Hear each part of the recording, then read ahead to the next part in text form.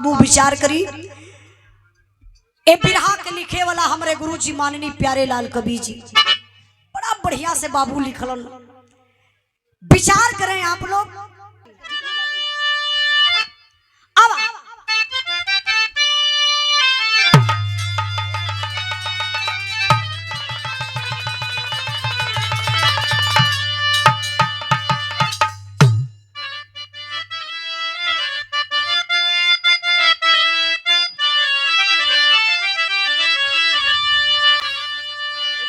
यही धन है लेकर धर्म डूब जाता,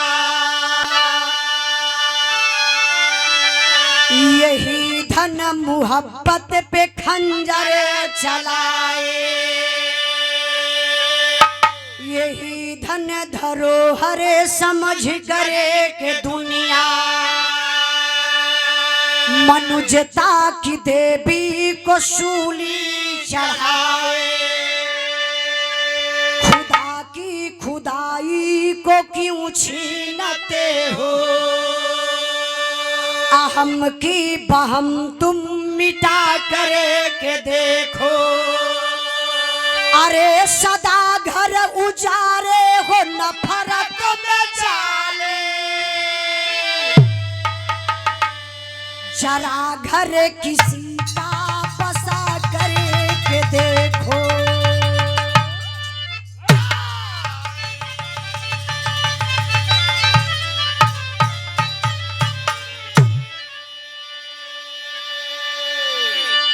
बिरहा के सुने वाला भैया बाबू जरा विचार करिए।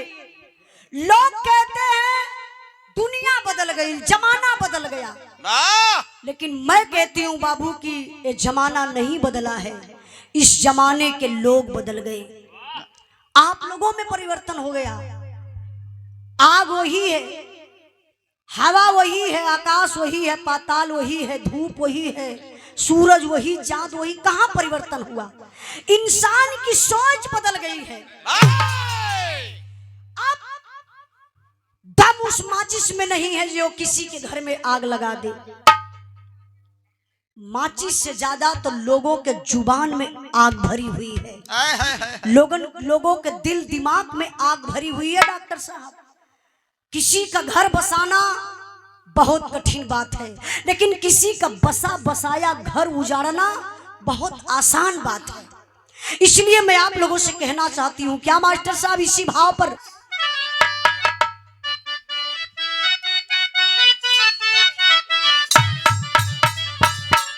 मेरे महबूब, अरे मेरे महबूब मेरे साथ बड़ा चाल किया,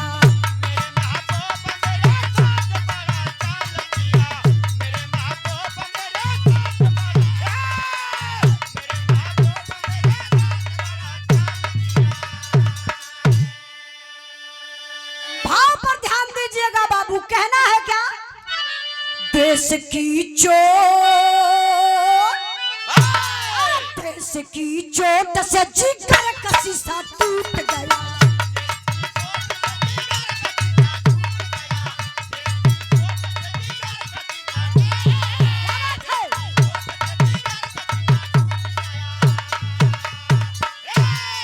बचा था जो कुछ, बचा था जो कुछ तेरे जहां में लूट गया।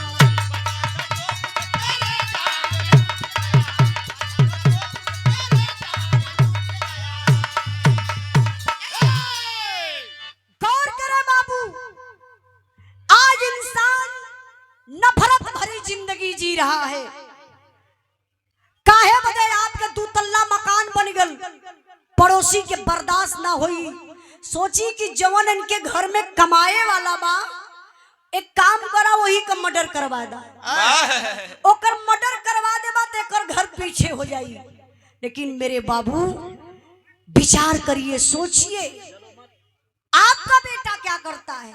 किसी का बेटा अगर इंजीनियर बना है, डॉक्टर बना है, तो बेचारा मेहनत किया है, तब वो जाकर के डॉक्टर इंजीनियर बना है। भैया तनी बात कम रहे। आपका बेटा आपके पास अगर मड़ई है, झोपड़ी है, तो कहीं ना कहीं आप गलत हैं। इसलिए गलत है कि आप चौराहे पर जाकर के चाय पीते हैं, लोगों की शिकायत करते हैं, ताश खेलते हैं, जुआ खेलते हैं, अय्यासी करते हैं। व्यर्थ समय गवाएंगे तो आपके पास मकान बन पाएगा? कभी नहीं बन सकता। इसीलिए तो बाबा साहब का एक नारा है, आप लोग बता रहे थे कि शिक्षा वो शेरनी का दूध है, जो पीता है वही गुर्राता है।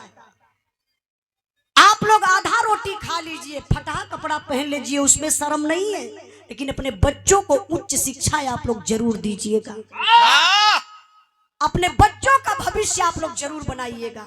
इसलिए मैं आप लोगों से कहना चाहती हूँ, कहानी कहां से कैसे निकल गई। मास्टर साहब तनी आवा।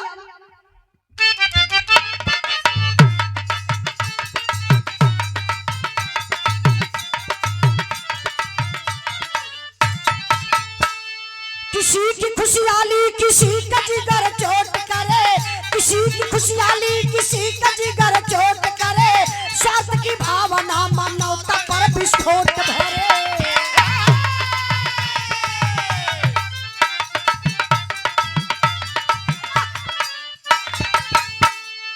खुशी को छीन करके खुशियां मनाने वाले, खुशी को छीन करके खुशियां मनाने वाले, पुष्प को पाते ना चमन को जलाने वाले।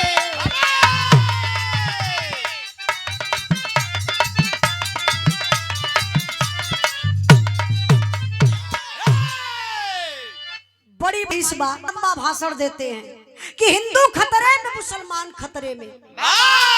लेकिन मैं कहती हूँ बाबू कि ना हिंदू खतरे में ना मुसलमान खतरे में। अगर आज कुछ खतरे में है तो बाबा साहब का संविधान खतरे में। आप लोग संविधान को बचा लीजिए। जिस दिन संविधान मिट जाएगा, जिस दिन संविधान खत्म हो जाएगा, उस दिन हम खत्म हो जाएंगे, उस दिन आप लोग खत्म हो जाएंगे। हम गा नहीं पाएंगे, आप लोग विराह को सुन नहीं पाएंगे। देख रहे थे कोरोना काल में, यही लोग कह रहे थे कि इस माइक से प्रदूषण निकलता है, जो कलाकार गा रहे हैं वो गाना बजाना बंद कर दें। क्यों क्यों क्योंकि हम लोग ज्यादातर वही गा देते हैं, पीडीए वाला गाना। कहीं भी जाते अपने पीडीए को जोड़ने का काम करते हैं डॉक्टर साहब, तो ये बात उनको नगवार लगती है। लेकिन जो सच्चाई है उसको हम तो कहेंगे जरूर, क्योंकि संविधान में लिखा है। संविधान में बाबा साहब लिखे हैं जो बराबरी का अधिकार दिए हैं, समता मूलक समाज बनाए, सबको बराबरी का अधिकार देने का काम किए बाबा साहब।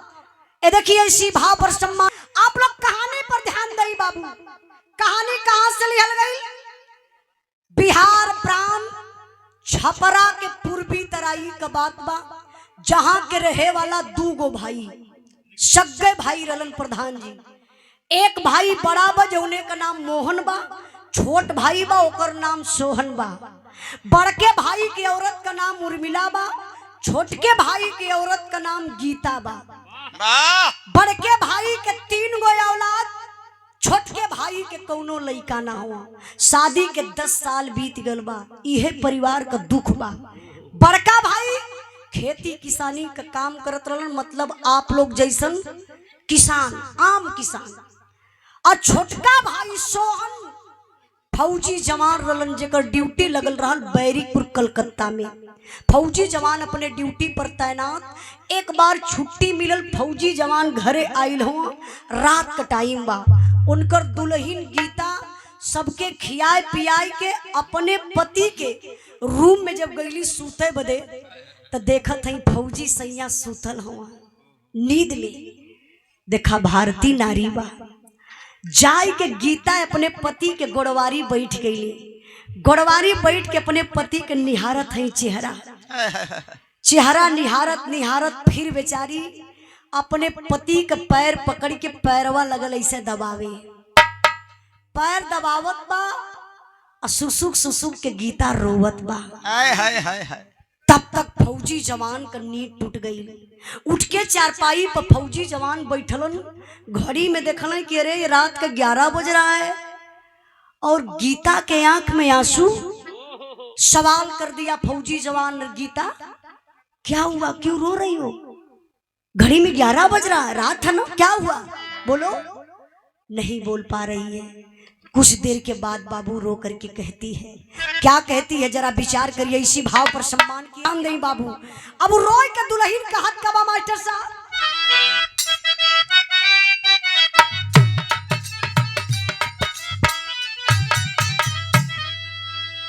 बिरहा पर ध्यान दें। कहा मास्टर साहब,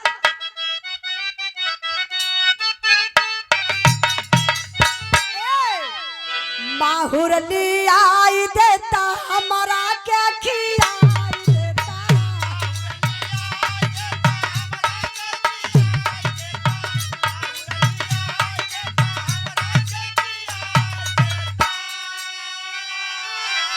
माहुर लियाई देता हमारा क्या खियाई देता, जियल ना जाला बेसंतान के बतिया लमान हो पिया।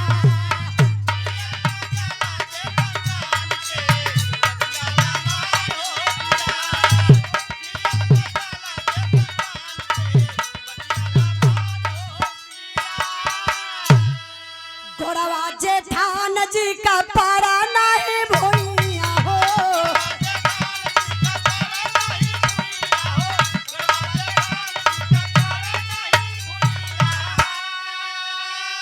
हमारा खातिर मुंह निलिहला अखिया बसैया हो,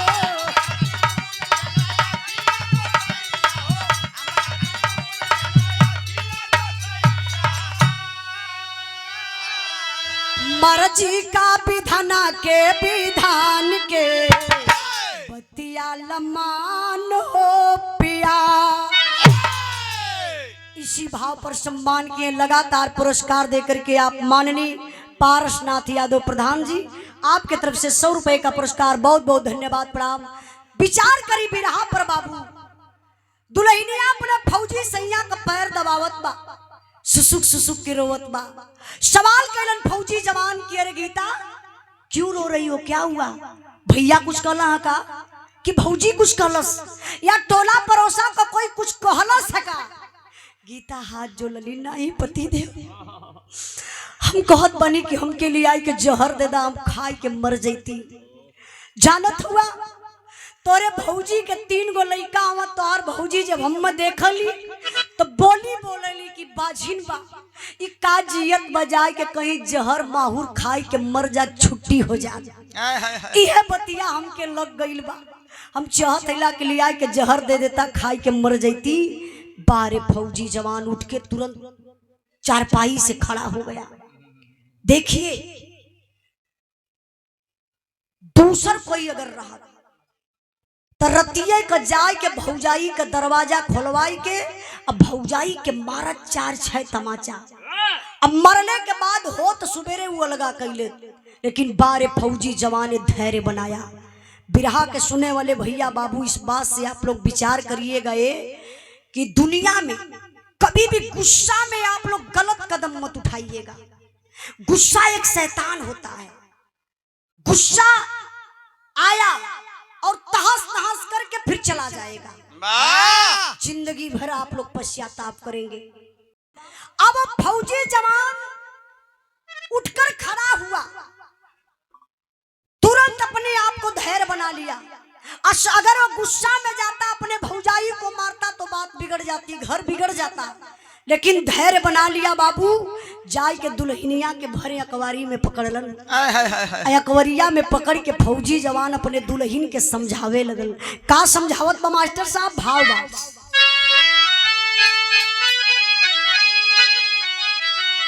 के गीता दुल्हनिया के,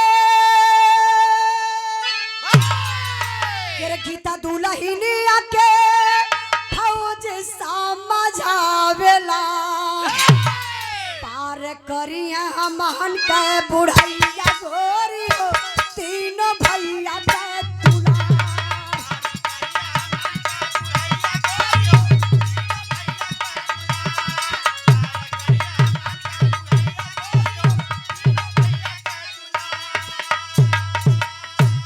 कि सुनत रहल बतिया विधाता खुश भइले, अया मामा की डरिया पे बौरवा लागी गइले।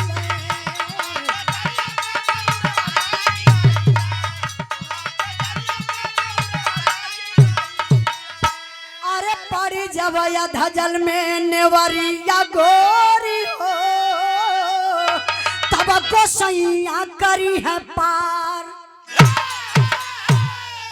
ध्यान दई बाबू, फौजी जवान धैर्य बना के अपने दुल्हन के समझौलन कलन की सुन, गीता हमरे लइका ना हो तका, हाई भैया के 3 गो लइका हुआ ना, यही भैया के तीनों लड़कन के देख के सबूर संतोष करा। ये भैया का तीनों लड़का अपने बुढ़ैया पर कामे आई हैं। यही सब बात करके बाबू दोनों परानी सो जाते हैं। देखा गांव में पुरनिया चाचा दादा लोग एक कहावत कहल है, जो पुरनिया पहले का कहावत कले हुआ आज सही होत बा। दादा लोग कहा कि संतोष का डार मेवा फरेला। आज इंसान के पास धैर्य कहाँ बा? जो इंसान धैर्य बनाना सीख गया, समझ लीजिए वो पूरी दुनिया को जीत सकता है।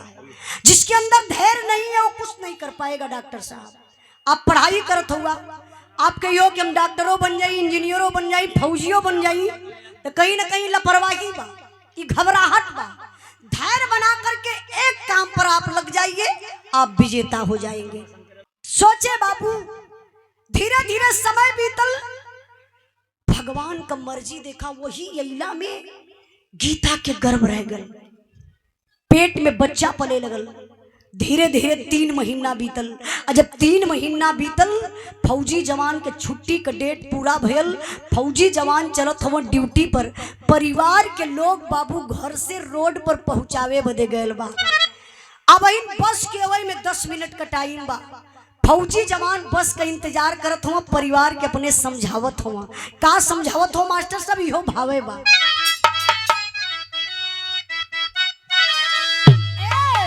माल टरिया में चलल, माल टरिया में चलल, पाला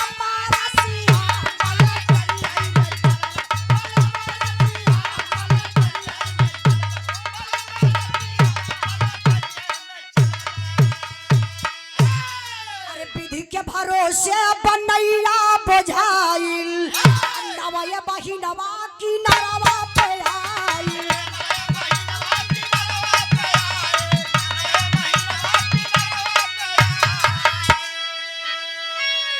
चारा जब मनवा में बाजे, चारा जब मनवा में बाजे, मधुरा बसिया मलटरिया में चलल।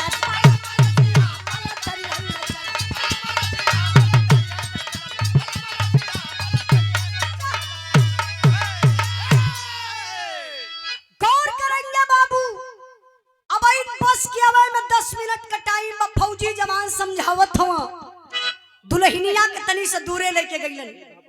खाना की प्यारी देखा, एक गर्भ के बचाई के रखिया, कुछ बढ़िया होई, हमारा विश्वास बा। यहाँ टाइम फौजी जवान देखा तो तबले गईलन अपने भैया के पास, मोहन के पास। कला भैया एक काम करा, हम तो ड्यूटी पे जाते ला, तोहरे ऊपर छोड़ के गीता के कोनो दिक्कत परेशानी अगर गीता के देखिया तो एक बार फोन हमके जरूर कर दिया, और टाइम टाइम से इलाज गीता का करावत रही। इतना कह के फिर भौजी के अपने समझौले, कहले भाभी देखा बहुत दिन के बाद गीता के गर्भ रुकल बा, बड़े खुशी का बात भाई, पत्थरे पर दूब जांगल बा। एक काम करिया, तनी काम काज में अगर दिक्कत हुई गीता के, कुछ ओजन ओजन सामान उठावे के रही तो थोड़ा से हेल्प कर दिया।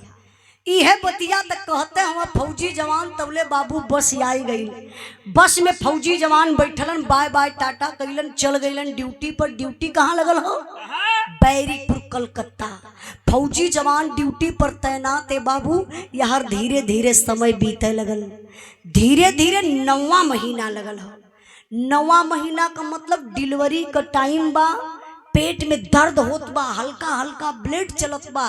वह वक्त गीता का जेठान उर्मिला, ओकरे अंदर एक विस्माद पैदा हो गया, जलन करे लगल, नफरत करे लगल। कलश कहो गीतवा के शादी के 10 साल बीत गए, ये तो गोलमार दहलस। चाहे बिटिया होई चाहे बेटवा, या तो आधा हिस्सा तो बटवाए ले। अब भैया लगल झगड़ा करे, और झगड़ा कई के तनी भाव पर ध्यान दई बाबू। फौजी जवान ड्यूटी पर तैनात, आयाहर उर्मिला झगड़ा कई के अपने देवरान से चली गई नैहरे। अब फोन कई के अपने पति मोहन के बोलौलस। जब मोहन गई अपने ससुरारी तो लगल कान पकड़ के ऐठे। जगह लोग कहला कि मेहरारू इनकर कान भरत हो। और सही बात है, कहावत गलत ना कि जौने मर्दे का मेहरारू अगर मर्द का डॉक्टर साहब कमजोर की नस पकड़ लालस ना वो मर्दे का जिंदगी खराब हो जाई। ये नहू का खराब है प्रधान जी। एक दिन तो 100 नंबर बोलौलस मेहरारू इनकर जेले में करवा दिला, तब से सुधर गई। मर्द लोगन के कमजोर नस होले, और वो कमजोर नस के अगर मेहरारू पकड़ लाला से जहर घुमाई वो हरे घुमवा लो, वो कमजोर की नस बचौले रहा। अभी का कैला सुरविला लगल कान भरे। कलश का हो तोरे अखिया से कुछ लौकात बा कि तोरे अखिया फूटी गइल बा।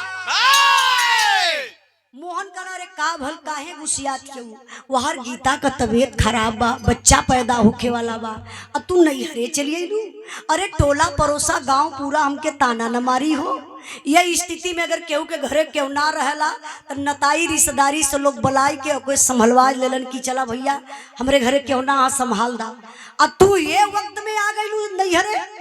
कला सुना सुना बड़की बड़की बात मत बतिया। बड़का भाई भयो वाला भलुआ को तोरे बात समझ में ना आवत बा। गीतवा के शादी के 10 साल हो गल। अब 10 साल के बाद ओकरे बच्चा पैदा होके वाला बा। आज कल में ओकरे बच्चा पैदा हो जाई, आधा हिस्सा बंटवा लई। हाई तीनों लड़कवा तोहर का करिए राखी माटी चाट के जीवन बिताई है। तो एक बार मोहन के समझ में आयल, कहला हाँ तू उर्मिला सही कहा थी, लेकिन कहा करे कि हमार छोट भाई है न सोहन। अरे मालिक के घर से होकर आधा आधा न हमार हो। बोला ए सुना, जवन तू आधा आधा का बात करत हुआ, जिंदगी भर खेते में हम खटीला खाली सर्विस करला, वहां से रुपए वह न भेजवा न सोहन। कही दे थैला अगर गीतवा के जिंदा बच्चा पैदा हो जाई, यही नैहरे में जिंदगी बिताए दे, तोहरे घरे मुंह दिखावे न आई। बाबा अब भैया मोहन का विचार बदल गया। डॉक्टर साहब कहला ना ना तू उर्मिला सही सोचत हूँ। अगर ओकरे बच्चा जिंदा हो जाई तो हिस्सा तो बंटवाई लई, आधा हिस्सा का वो मालिक हो जाई। एक काम करा तू यही रहा, हम घरे चलत हैला, कोनो उपाय लगाई जरूर। यही है पैसा, यही है पैसा, दिल दिमाग न्याय धर्म को चूर करे, देकर के मोहब्बत की फांसी भाई भाई को दूर करे। प्रसव की बेला में गीता वासीला नर्स के पास गई, हो गई भर्ती बिना पति के। गीता वहां उदास हुई। मिला मोहन नर्स से जाकर, मिला मोहन नर्स से जाकर, मैडम जरा सा रहम करो, 25,000 रुपया दूंगा, इस बच्चे को गर्भ में खत्म करो। पैसे के चलते एक नारी का सपना मिटा दिया। गीता से बोली मरी थी बच्ची, बच्ची को मैंने हटा दिया। देखा ये बाबू, अब वही सोहन ससुररिये में बा। गीता का तबीयत ज्यादा खराब होके लगल, घर में केहू ना बा, बेचारी अकेले जाए के हॉस्पिटल में भर्ती हो गई। जब वो भर्ती हो गई, अयाहारी मोहना आयल ससुराल से घरे, घर में देखल ताला मारल। पड़ोसी में पूछलस के गीता के देखला कहाँ चल गई ताला मार के। एक दादा देखले रहा, अरे बाबू तू खोजत हुआ गीता के, ओकरे पेट में इतना दर्द होत रहा, डिलीवरी होखा वाला बा, पता नहीं तो लोग घर छोड़ के कहाँ चल गईला। वो अकेले हॉस्पिटल गई है। तुरंत मोहन बाबू गाड़ी स्टार्ट करता है और पहुंच जाता है हॉस्पिटल। हॉस्पिटल जाकर के अब वो गीता के पास नहीं गया, शीला नर्स के पास गया। जाकर के बोला excuse me madam please 2 minute का वक्त है क्या? नर्स बोली हाँ सर बोलिए क्या बात है। कहा मैडम जो गीता नाम की औरत भर्ती है वो हमारी भयो है, मैडम किसी को कुछ पता ना चले, मैं आपको अभी 25,000 रुपया दे रहा हूं, तुरंत इस बच्चे को गर्भ में खत्म कर दीजिए। अब वो पपिनिया नर्स पाई गई 25,000 रुपया। अब देखा 25,000 रुपया लेके एक इंजेक्शन लगौलस डॉक्टर साहब। बेहोश होके वाला, वो जहर का इंजेक्शन लगा दे तो दोनों मर जाते हैं, लेकिन बेहोशी के इंजेक्शन ले लिए लगौलस कि बच्चा पैदा होई ओकरे साथे खेला कर दिहल जाई। अब बेचारी गीता अर्ध चेतना में हो गई, उसी अर्ध चेतना में बाबू गीता को बच्चा पैदा हो जाता है और वो भी बच्चा हुआ, बेटा पैदा हुआ। जिस बच्चे को मारने के लिए इतनी बड़ी भूमिका लोग रच रहे हैं, वो बच्चा जिंदा पैदा हुआ, रो रहा क्या क्या, बेचारी अर्ध चेतना में है। गीता नजर से तो देख नहीं पा रही है, लेकिन रोने की आवाज वो कान तक जा रही है। हमारी माताएं बहनें बताएंगी, एहसास आप लोग करेंगी, जब बच्चा पैदा होता है ना, एक माँ अपने आप को मौत के मुंह में जा करके तब जा करके बच्चा पैदा करती है। सबके बस की बात नहीं है। वही औलाद बड़ा हो जाता तो बोलता तू का कैलू हमारे खातिर। सच्चाई बतावत ही प्रधान जी, अगर माई अपन साड़ी दे दे बेटवा के लेके घूमे खातिर कि बेटा तनी 1 घंटा लहले रहो, तो बेटवा माचिस खोज के माई के साड़ी में आग लगा दी। अब मेहरारू अगर अपन साया दिन भर लेके ढोई हैं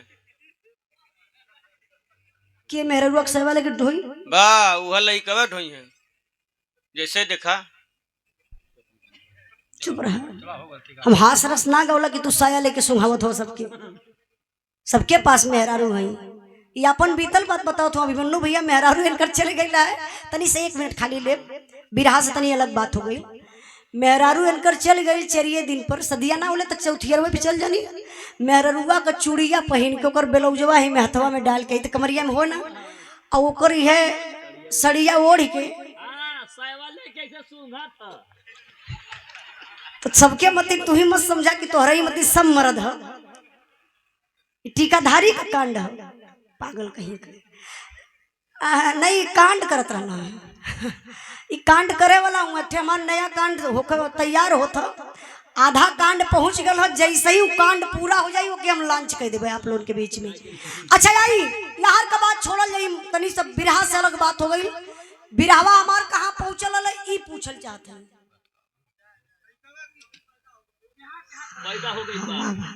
दिल से धन्यवाद। हम तो यह मनाई कि रोज रोज हमके ऐसे श्रोता मिले कि हम कोनो बात ना हो, इन्हों को मशीन मजाक करती है। जैसे हम हान गाई कम, आप लोग समझी ज्यादा, उस श्रोता बढ़िया होला, तब गवैया के मेहनत भी डॉक्टर साहब कम पड़ेले। कहीं कहीं ऐसा श्रोता मिल जाइए चिल्लात चिल्लात मर जा, पीछे से झाड़ जाए बा मर दे का कुल गावत हुआ। लेकिन धन्यवाद आप लोगों के देत बनी कि बड़े शांति से आप लोग बिरहा के सुनत बनी। जब बच्चा पैदा हो गया, ये पपिनिया नर्स खेला कर दहलस। जब गीता के होश भयल बाबू, दवाई का इंजेक्शन का असर खत्म भयल, तो बचवा कोई बेडवा पर देखत है कि हमार बचवा बाय कहाँ, खोजत है बच्चा तो नदारत। बुलौली शीला नर्स के, काली मैडम मेरा बच्चा कहाँ, जरा दीजिए मुझे मेरे बच्चे को। अब वो नर्सवा इमोशनल अत्याचार करे लगल, कल अरे रे रे क्या बताऊं, बेटी पैदा हुई थी, ओ मर गई थी। देखा बेटा पैदा हुआ था, लेकिन वो बेटी इसलिए बता रही है कि इसी समाज के लोग बिटिया को बड़े तुच्छ नजर से देखते हैं। सोचलस नर्स की हम बिटिया बता दे तो बतिया खत्म हो जाएगी। कलस बेटी पैदा हुई थी, वो मर गई थी। मैं सोच रही थी तुम अकेली हो, लेकर के परेशान हो जाओगी लाश, मैंने उस लाश को ले जा करके फेंक दिया। अरे बाप रे बप्पा, जे 10 साल के बाद औलाद पैदा भयल नजर से देखना पौलस, कलेजा फट गया। उसी हॉस्पिटल में कटल पेड़ नियन हो, अरराय को ही नर्स के पैरवे पे गीता गिर गई। रोई के बाबू बड़ी ऊंची बात कहलस गीता, का कहली,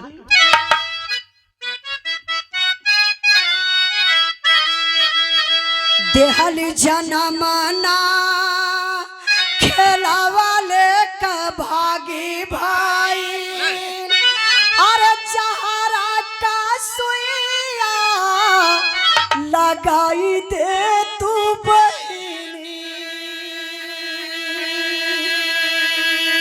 हमके पड़ला बाकी सैया के पड़ला लाल, हर हमके मुआला का दे देखाई दे तू बहिनी, मुहावा के चुमी ले कोरा में खेलाई ले, अरे भाई जी के हमारा बोला भाई जी के हमारा बोला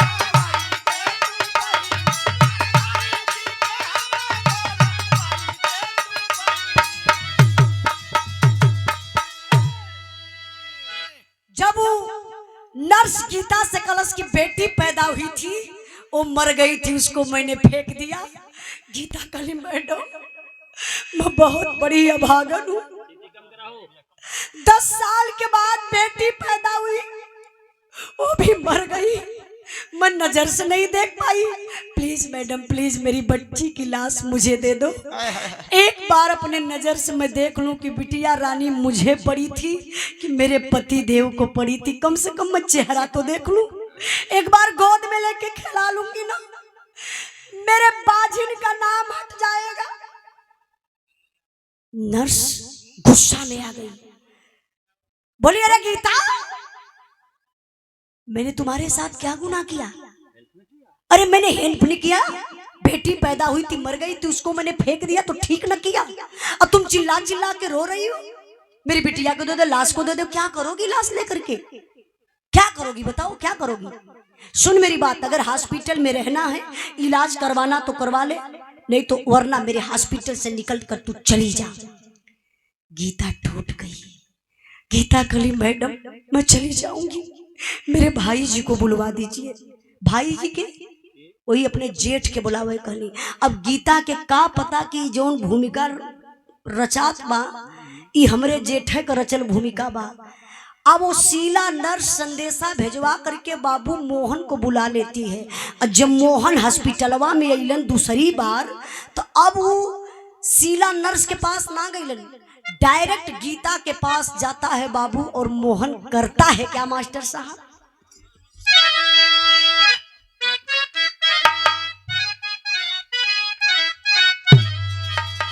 अरे मोरे राम ई मनवा जहिया पैसा पर बिकी, धर्म इंसाफ वही क्या सुत जाई कफन।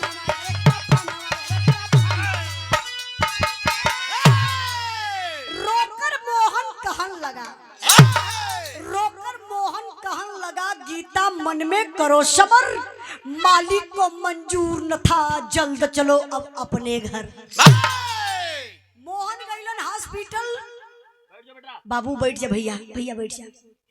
गईलन डायरेक्ट गीता के पास, इहो पपीवा इमोशनल करे लगल। कहला गीता पता चला कि बेटी पैदा हुई थी मर गई थी, लगता है मालिक को मंजूर नहीं है कि तुम्हारे गोद में बच्चा खेले, क्या करना होगा? चलो घर वापस चलते हैं। अब तो गीता और टूट गई।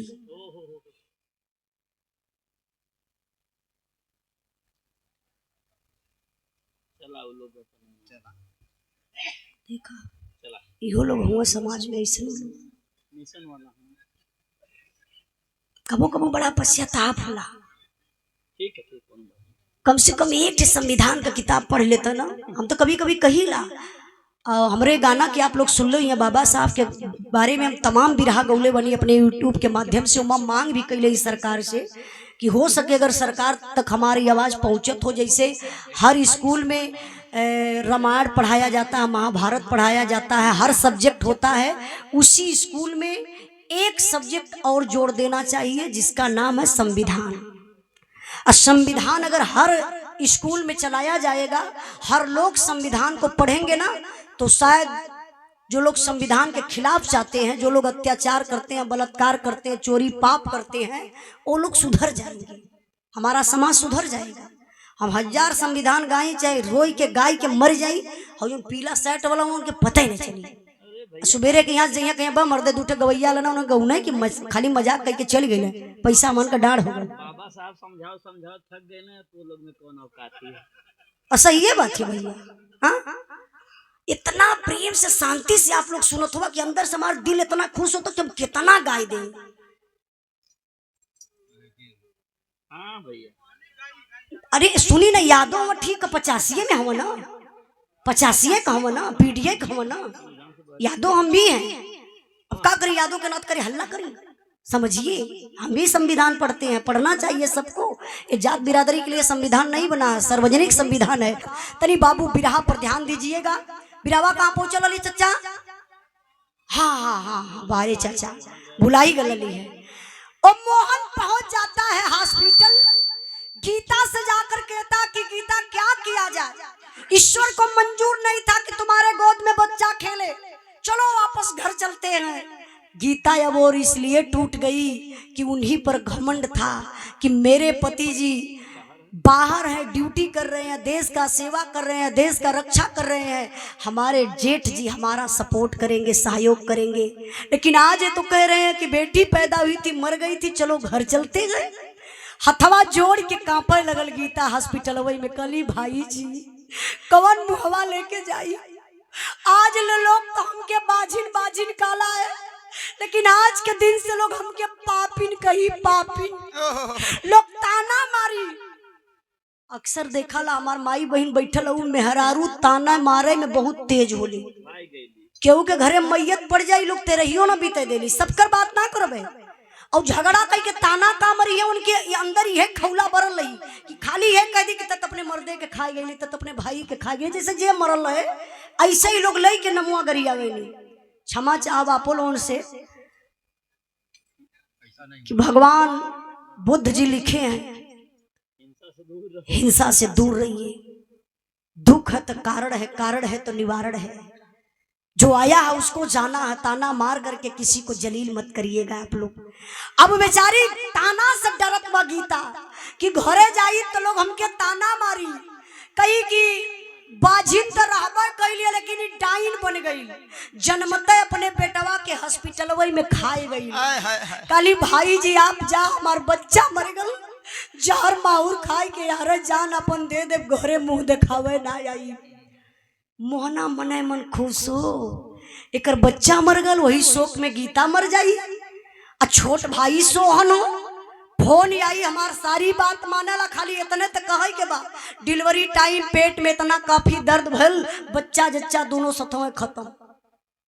आई है सोचत मोहन गाड़ी स्टार्ट कर घर के तरफ जात बा, लेकिन गीता बेचारी के डोले भर के शक्ति ना रहल बाबू, सड़क वह पार गईली, आत्महत्या करे के कोशिश करत बा बेचारी, लेकिन प्राण पापी हो, मांगल मौतियो ना मिलेले।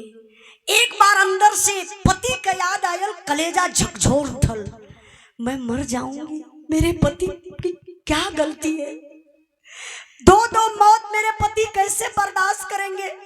मरने से पहले, आत्महत्या करने से पहले एक बार अपने पति से बात कर लेती हूँ। बेचारी आरती अपने पति को फोन लगाती है। गीता बैरीपुर कलकत्ता में वो फौजी जवान भोजन करने के लिए बैठा था, फोन नहीं रिसीव हो रहा है। एक बगल में दोस्त बैठा था, बोला देख भाई तेरा फोन बज रहा है, रिसीव कर ले। किसका फोन है?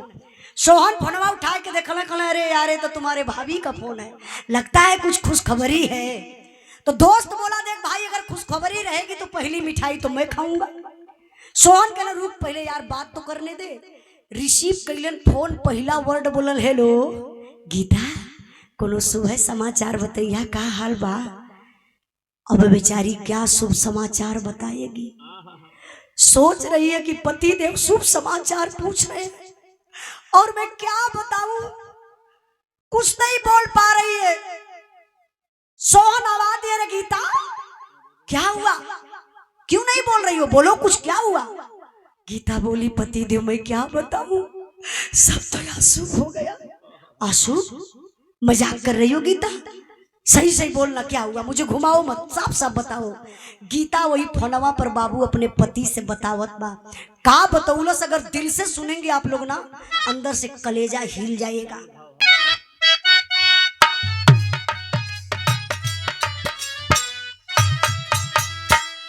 अरे का हम बताई सैया, का हम सुनाई हो, का हम बताई सैया, का हम सुनाई हो, बाटाया सुबह समाचार हो, का हम बताई सैया,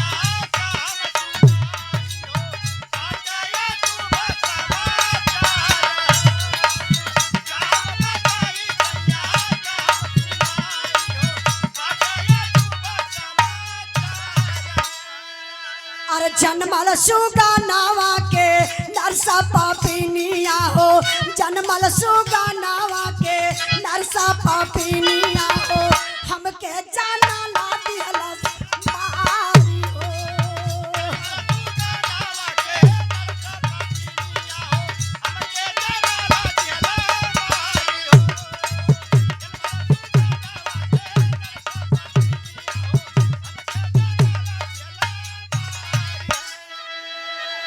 अरे जनमल का रहल हमरे हमके देखावला नहीं, भैया तोहार कवनो जुगती लगौला नहीं, जबले ना आवत बाटा तब पहले जियत बानी, जबले ना आवत बाटा तब पहले जियत बानी, ए भाई पारा नावानी सारी हो।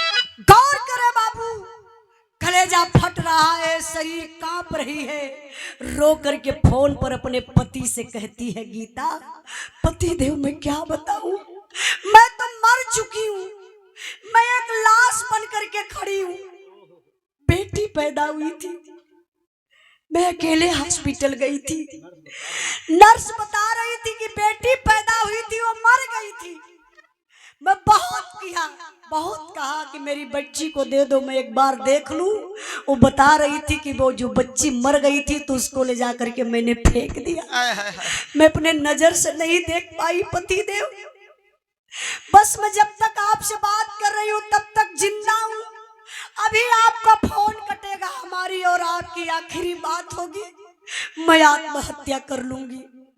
बारे फौजी जवान आंख से आंसू छलक गया, वही फोनवा पर गीता से कहना, गीता बेटी पैदा हुई थी ना, बेटी मर गई ना, अभी मैं जिंदा हूं, सुन मेरी बात, तुम अपने कदम को आगे मत बढ़ाना। बारे फौजी जवान हमारे चचा बीरस का बात के ले रहा है, बीरस का मतलब ऊना होला कि गवैया खून फेंक यही मंचवे पर चल बस है, बीरस का मतलब कवि जी अपने कलम से दर्शावल है, देखा फौजी के अंदर कितना वीरता बा, कवि जी अपने कलम से वीर भाव पैदा कर लेनी, बीरस का भाव बा मास्टर साहब।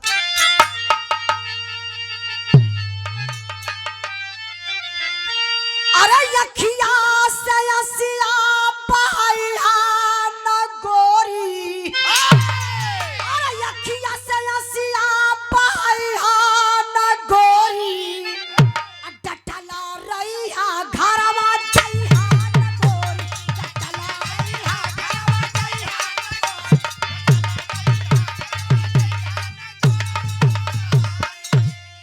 अरे किस्मत का कागज कोई कैसे फाड़ी, कसली हला वरदी पकड़ली हला गाड़ी,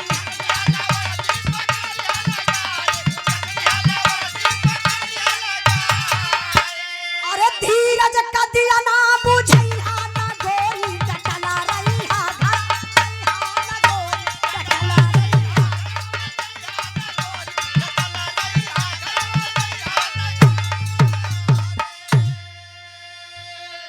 फौजी जवान आई फोनवा पर अपने दुल्हन के डटलन, कला गीता सुन मेरी बात, अभी मैं तत्काल छुट्टी लेता हूँ और तुम्हारे पास चला आता हूँ। फौजी जवान तत्काल छुट्टी लहलन, अइलन कहाँ, बिहार। अच्छा देखिए कलकत्ता से बिहार का दूरी बहुत ज्यादा नहीं, डॉक्टर साहब आप लोग भी जात हुई हैं तो कलकत्ता से बिहार का दूरी 6 से 7 घंटा लगेला, जहां कहीं हम बात बतावत बनी, छपरा जिला का बात। अब फौजी जवान तो अइलन बिहार जरूर, लेकिन एक सवाल खड़ा होत बा, फौजी जवान ना घरे गइलन ना हॉस्पिटल, अब वो फौजी जवान गइलन का, इहो भी रस का भाव मास्टर साहब।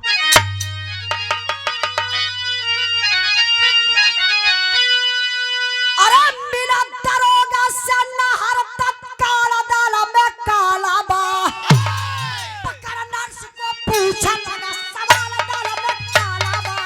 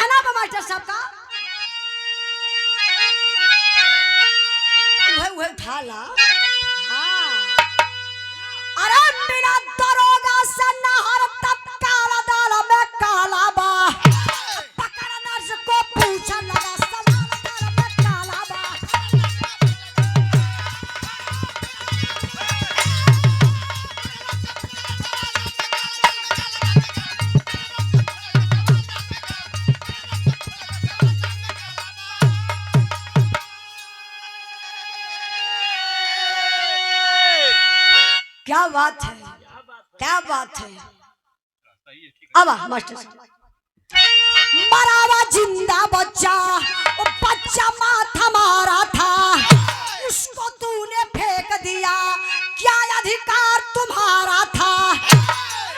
नर्स को मारा बूट संभाल दाल में काला बा, पटा दे साली लहलस बेल्ट निसार दाल में काला बा।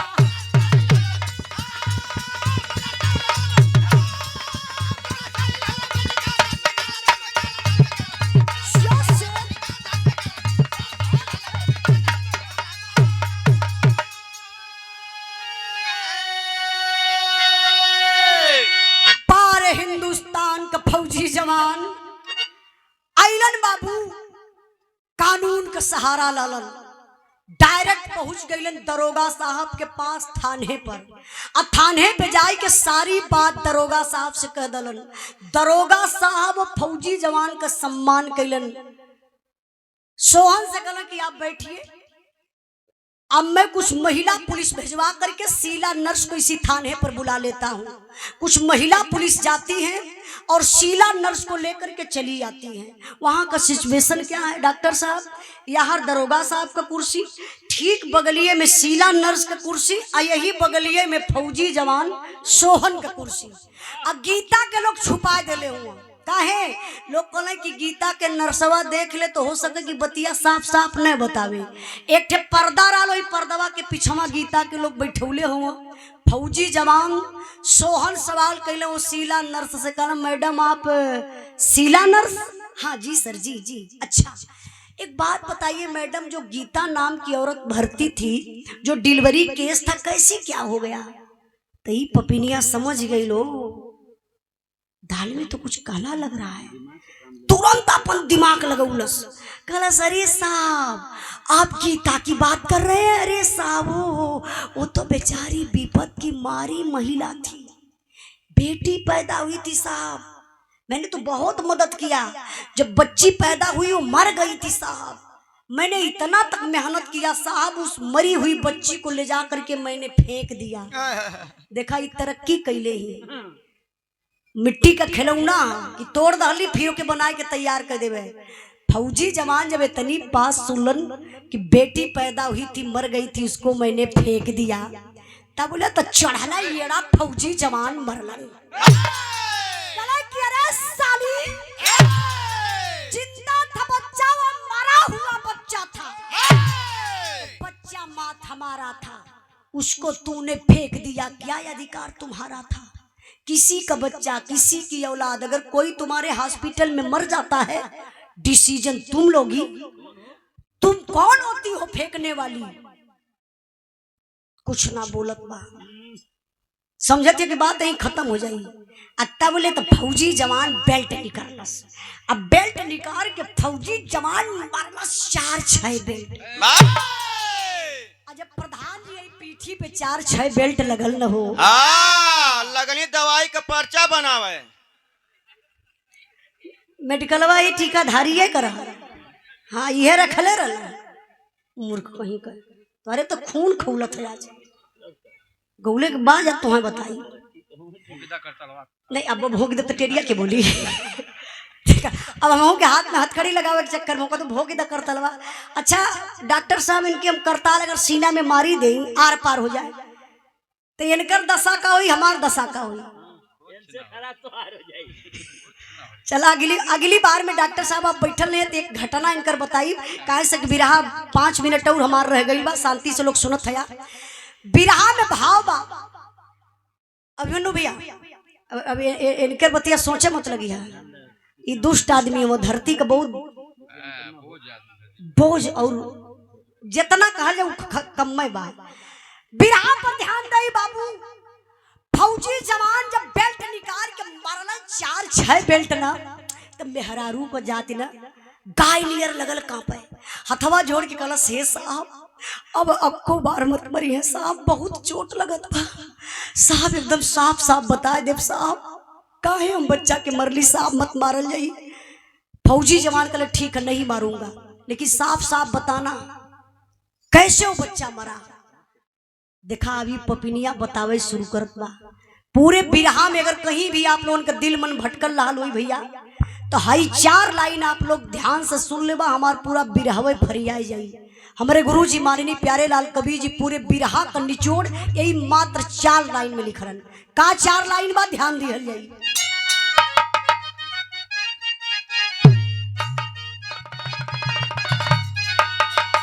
भाई के आगे मौत भी लाइला दुनिया में बाबू, छोटे छोटे पापियन का कावन रखेगा।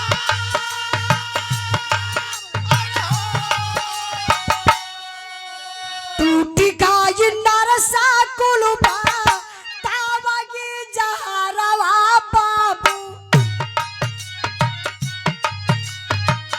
पैसा पे बेच दिहलिया पनोई बा।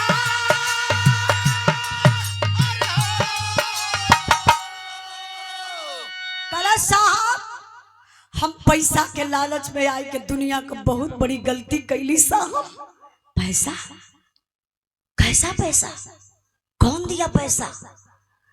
कहा तो साहब सुना हम बतावत बानी, देखा वो बतावत बा कि कैसन पैसा के दहले बा। तोहर बड़ा का भैया दिहल हम के रुपया साहब, गाल भन मारा दादा बाबुआ का जा।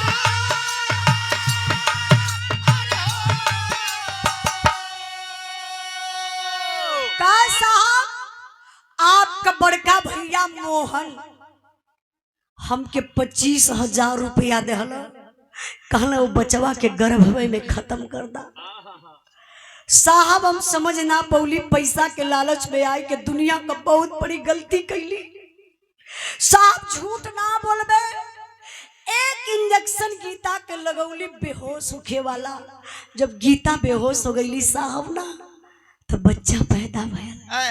जौन हम साहब कहत रही कि मरल बेटी पैदा भइलाल, साहब झूठ ना बोलब, बेटा पैदा भइलाल साहब, वो मरल ना रहल, जिंदा बच्चा पैदा भइलाल। अरे बाप रे बप्पा, फौजी जवान के पैर तले से जमीन खिसक गई। यहाँ बेटी बेटा का बात नहीं है डॉक्टर साहब, यहाँ बात यह है कि जिंदा बच्चा पैदा हुआ था। फौजी जवान रोने लगा, कैसे तूने मारा? वो बच्चा तो मासूम था। गलती हमसे हो सकती है, गलती गीता से हो सकती है। वो मासूम बच्चा अभी पैदा हुआ, कौन सा इतना बड़ा अपराध कर दिया कि उसको तूने मार डाला? कैसे मारा? तब बाबू बतावत बाबू पपिनिया बचवा के मरलस कैसे भैया। जन्मल सुगानावा के झोरवा में रखली साहब, झाड़िया में राखियली जहवा हो बिरा।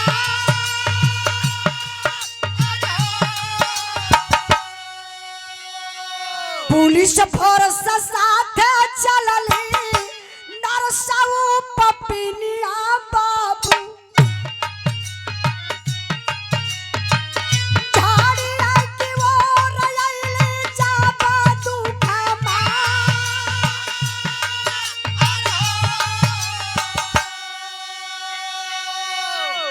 गौर करेंगे बाबू, बतावत बा पपिनिया कल साहब, जब बेटा पैदा भइल ना ओके जीते प्लास्टिक में लपेट के बोरा वाले झोरा में रख के साहब वही झाड़ी में फेंकौले बनी। फौजी जवान कल बताओगी किस जगह किस स्थान पर कौन सी झाड़ी है? कल साहब मारल मत जाई, बताई जरूर। प्रशासन के लोग, महिला पुलिस, आप लोग जैसन आम जनता सब लोग चलत वही झाड़ी के तरफ। आगे आगे पपिनिया जात बा, पीछे पीछे सब लोग जात बा। देखी इंसानियत के नातकारे, अगर आप लोगों के कहीं पता चल जाए डॉक्टर साहब कि बच्चा पैदा करके कोनो फेंक देले बा, काम धंधा छोड़ के आप लोग वहां जरूर पहुंची है। काहे? इंसानियत के नाते। अब सारे लोग जा रहे हैं, तब ले बतिया पता के चलल माई के गीता के कि हमारे लाल के पपिनिया प्लास्टिक में लपेट के बोरा वाले झोरा में रख के झड़िया में फेंकले बा। बाप रे बप्पा, माई पूरी भीड़ के चीरत फारत सबसे आगे निकल गई। पहुंचली कहाँ माई? वही झाड़ी के किनारे। झड़िया यहाँ से इतने दूरी पर रह गई लाल। माई इतना लमवे से देख ललस कि वो झड़िया में झोरावा तबा झोरा देखात बा, लेकिन गजब हो गल बाबू। वो झोरा के यारी यारी ऐसा दृश्य देखे के मिलल जो कलेजवा फाट गल। वो दृश्य का रहल मास्टर साहब, चार कुत्ता झोरावाई के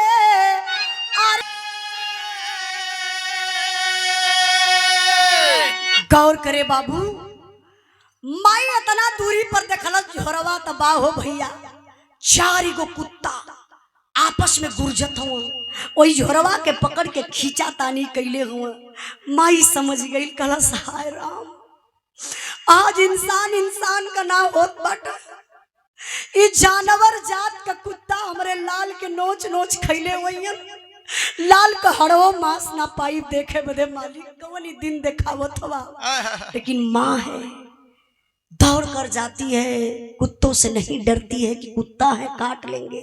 जाई के माई झोरवा छीन ललस, कुत्तों से छीन के हाथे में उठौलस। अब इन माई ऐसे झोरवा के देखती बा। अब तब ले फौजी जवान सोहन आ गईलन, रोवे लगलन। देखा एक फौजी जवान देश का रक्षक है, लेकिन यहाँ कांप उठा कलेजा। कहा जाता है कि औलाद का गम फौलाद को पानी बना देता है बाबू। फौजी जवान झोरवा के देखने कहने गीता इस झोरा को जमीन पर रख दे, मुझे बर्दाश्त नहीं हो पा रहा है। अपने नसीब का बच्चा नहीं था, अगर अपने नसीब का रहता तो ये तुम्हारे गोद में खेलता है, झाड़ी में नहीं रहता। रख दे गीता, रख दे। लेकिन माई का ममता, माई झोरवा के छोरे लगली बाबू। जब झोरा के छोड़ली तो देखो तई पपिनिया प्लास्टिक में लपेटले बा। और जब माई हाली हाली प्लास्टिकिया के निकाल के फेंक शुरू कैली तो देखत है बाबू ध्यान से, तो बचवा जियत बा। भगवान का आहार दले रहल। 36 घंटा के बाद वो बच्चा जिंदा मिला। आज भी इस धरती पर कुछ तो सच्चाई है। बाबा साहब भी मानते थे कि ईश्वर तो एक है, लेकिन अंधविश्वास जो करते हैं, आप लोग अंधविश्वास में पड़ते हैं, पाखंड से दूर बाबा साहब रखते हैं। लेकिन ईश्वर को बाबा साहब भी मानते थे कि एक मालिक है। देखिए, मैं अपने गुरुजी से सवाल कर रही थी कि गुरुजी बताइए क्या ऐसा हो सकता है। गुरुजी कहले बेटा जब भी बिरहा गाना तो पब्लिक के बीच में एक बात जरूर बता देना। जो भाई बराबर न्यूज देखते होंगे उनको पता होगा कि गुजरात के भूकंप में 26 दिन के बाद मलबे से निकाली हुई लाश, माई का पूरी शरीर सड़ गई रहल। मीडिया वाले दिखा रहे थे, बता रहे थे कि एक सोनू नाम की लड़की अपने माई का स्तन पियत मिलल रहल। भगवान का आहार दले रहल। इस बच्चे को 36 घंटा हो गया था, सारे लोग इकट्ठा हो गए। अब सोहन का सवाल बढ़ के भाई मोहन से बा। जनता ऐसे जुटल हो, हथवा जोड़ के सोहन रोवत पहुंचना वही भैया भौजी के पैरवा पे गिर गई। कहला भैया ये कौन दिन देखावत हो भैया, भौजी ऐसा कैले हो तो कहाँ ने बर्दाश्त करता। भौजी दूसरे के घर से आइल बा, दूसरे के कोक कबा, हम तो तू एक कोक कबानी, एक खून पानी कबानी ना। तो हर कहाँ सोच चल गई भैया, पैसा खातिर, धन खातिर, जमीन खातिर हमारा औलाद खत्म करत रहा, हमार दुनिया खत्म करत रहा। ए भैया सुना, हई धन दौलत रुपया पैसा जवन सब कुछ कुल लेला, हमारो हिस्सा लेला। हमके अब 1 इंच ना चाहिए। और तोसे एक वादा भी करतला कि जब तक जिंदा रहब ना, जो सर्विस से रुपया कमाई तोके घरे आधा भेजवो ले जाई। काहे से पहले भी देत रही, अब ना दे तो तोके कष्ट होई, दर्द होई। तू किसान हुआ, हम आधा रुपया भी सर्विस के भेजवाई। लेकिन अब यही पब्लिक के सामने कसम खात बानी भैया, आज हम जात बानी, अब कबो लौट के परिवार में ना आई। काहे अगर आ जाई ना तो भैया तू डरा जाइबा, भौजी डरा जाई है कि आए गल सोहन आधा हिस्सा बंटवा ले। बस यही डर के माले अब कबो ना आई। अपने बीवी और बच्चा को लेता है सोहन, चल देता है बस स्टॉप की तरफ। बगल में दरोगा साहब खड़ा थे।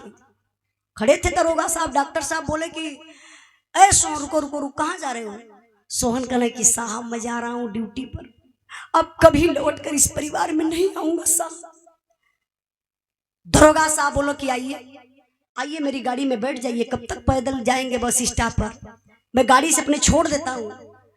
सोहन हाथ जोड़ने कहने साहब जौने गाड़ी में भैया भौजी की हथकड़ी लग के जाई तो उन्हें गाड़ी में कौन मुंह लेके जाई वो साहब, आप जा हम पैदल यहाँ से निकल जाई।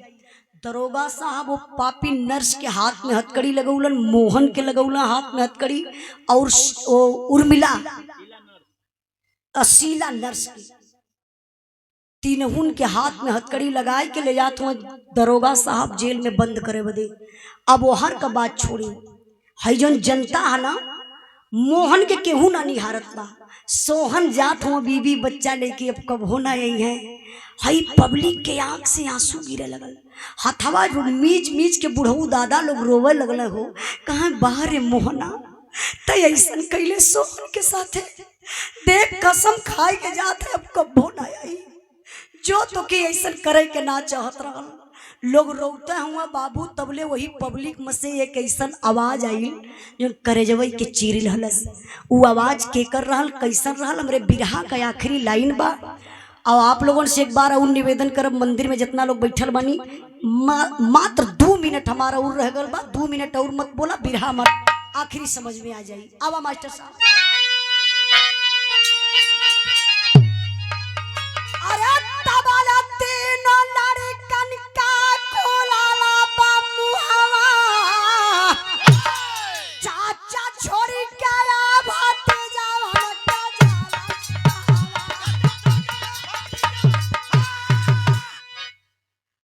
गौर करे बाबू, तबला तीनों लड़कन का खुलल बा मुहवा, चाचा छोड़ के ये भतीजवन के जाला कहवा। वही पब्लिक में से जोर जोर से आवाज आवत बा, चाचा अरे चाचा अरे चाचा।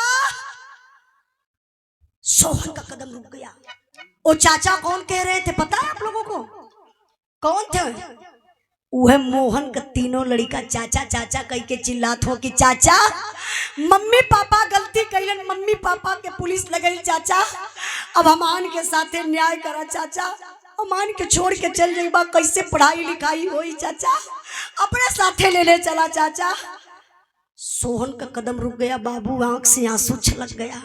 एक बार अपने पत्नी के देखलन, एक बार तीनों लड़कन के देख के रोई के कहलन, गीता देख मैं तुमसे पहले बोला था ना भैया का तीनों लड़का अपन हो, देख रे पगली देख अपना खून बोल रहा है, देख अब सुन मेरी बात, अब तुम्हारे पास एक बेटा नहीं 4 बेटा हो गए, 4 बेटा कौन?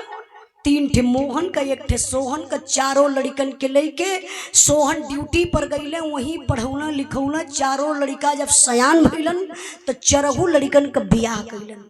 जब बियाह हो गई चारों लड़कन के तो नंबर कायल अलगा का, अलगा देखा घर घर में होला, कजरा कुचवा पर से देखा घर घर एक लेखा। अलगा से विकास होता है अभिमन्यु भैया, लेकिन अलगा होना कैसा चाहिए? भाई का भाई गर्दनवे काट के हिस्सा ले लेता, भाई के लड़का मुआई के हिस्सा ले लेता। यही गाजीपुर में एक लड़का अपने माई के बाप के बहन के 3 जने के फरसा से काट दिला खाली हिस्सा खातिर। सोचिए जरा लोगों की कहां मानसिकता जा रही है। मैं आप लोगों से कहना चाहती हूँ बाबू, कभी भी आप लोग अलगा करिएगा ना, बिरहा को छोड़िए, ये पॉइंट अपने दिल दिमाग में रख लीजिएगा कि उजाला जी बोली है, एक बार इसको हम लोग आजमाते हैं, क्या देखिए सही होता है। कभी भी अलगा आप लोग करिएगा तो धन दौलत रुपया पैसा का आप लोग अलगा करिया, मोहब्बत का बंटवारा मत करिया, प्रेम का बंटवारा मत करिया। भाई से अलगा हो जाए लेकिन भाई का प्रेम बनल रहे, कोनो दुख सुख में भाई साथ दे दे के, अरे हमार भैया हुआ। अब वही एक बात बताओ इनके गांव को, एक भाई बड़का बीमार रहा, छोटका जाए के धार देत भगवान के भगवान ही मर जात तो छुट्टी हो जाए, बताओ हाँ ये नहीं के गाँव ये साढ़े वैसे हूँ, हाँ सार का लग साढ़, अच्छा हमका सार कहा था। तो ध्यान नहीं बाबू, अलगा कैलन सोहन 20 बीघा खेत रहल, अब 20 बीघा में अलगा कैसे होई? नियम से अगर अलगा होई तब 10 बीघा में से है सोहन का और 10 बीघा अकेले, सॉरी सोहन का लड़का 10 बीघा अकेले, और मोहन का तीनों लड़का 10 बीघा में से रही है। लेकिन बारे सोहन ये नहीं सोचे सोहन कि मैं ऐसे बंटवारा करूंगा, नहीं बाबू, 5-5 बीघा वो चरहू लड़कन के नाये बराबर हिस्सा कैलन। भाई हो तो ऐसा सोहन जैसा, अब मोहन जैसा अगर पैदा होके के रहे तो जन्मता सारे मर जाएं। कहे हाँ, अगर वो गलती से पैदा भी हो जाए तो जन्मते मर जाए, तो ऐसा भाई पैदा ना हो। इसी भाव पर सम्मान के बात आखिरी में और कह देते बानी, यहू के आप लोग नोट कर लिहा। डॉक्टर साहब ध्यान दिया जाए, प्रधान जी, दुनिया में आप लोग कहीं भी रही हैं, लेकिन बेईमानी का धन मत खइया। अब वो भाई का हिस्सा कभो मत हड़प के अपने बेटवा के बनैया। अरे रे लोग अपने दिल में रख लिया, अगर तोहर लायक बेटवा रही तो तोहरे बनौले से ज्यादा कई गुना बनाई दई, और नालायक बेटवा रही तो जितना बेईमानी कई के अपने भाई का बनौले रहबा अपने बेटवा के, तोरे आँखी के समन में तोरे जियते बेच के और दारू पी के अयासी कई के और तोहके लात मार के बहरे घर से ठेल दी। जईबा कहाँ, एक टे कटोरा नहीं के लोगन की यहाँ भीख मंगवा, और लोग लात से मार के समाज के लोग भी तो के बहरे कह गई कि सरवाई अपने भाई का ना भयल तो हमान का कैसे हुई। तो ये लिए आप लोग भाई का हिस्सा कभो मत करिए, खइए मत, अब बेईमानी मत करिए। हमार बिरहा है दरसौलस है। अब बिरहा का आखिरी भाव आखिरी लाइन बा, कुछ गावे बजावे में गलती भई तो आप लोग क्षमा करिए, उन्होंने कहीं लगले बोल दब तब। हाँ अरे छुट्टा करेबा का, ओ गलती हो गई। आवा